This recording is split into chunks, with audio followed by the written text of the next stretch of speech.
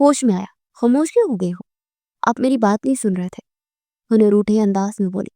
حرف سنی ہے، چاہو تو سب دہرا دو۔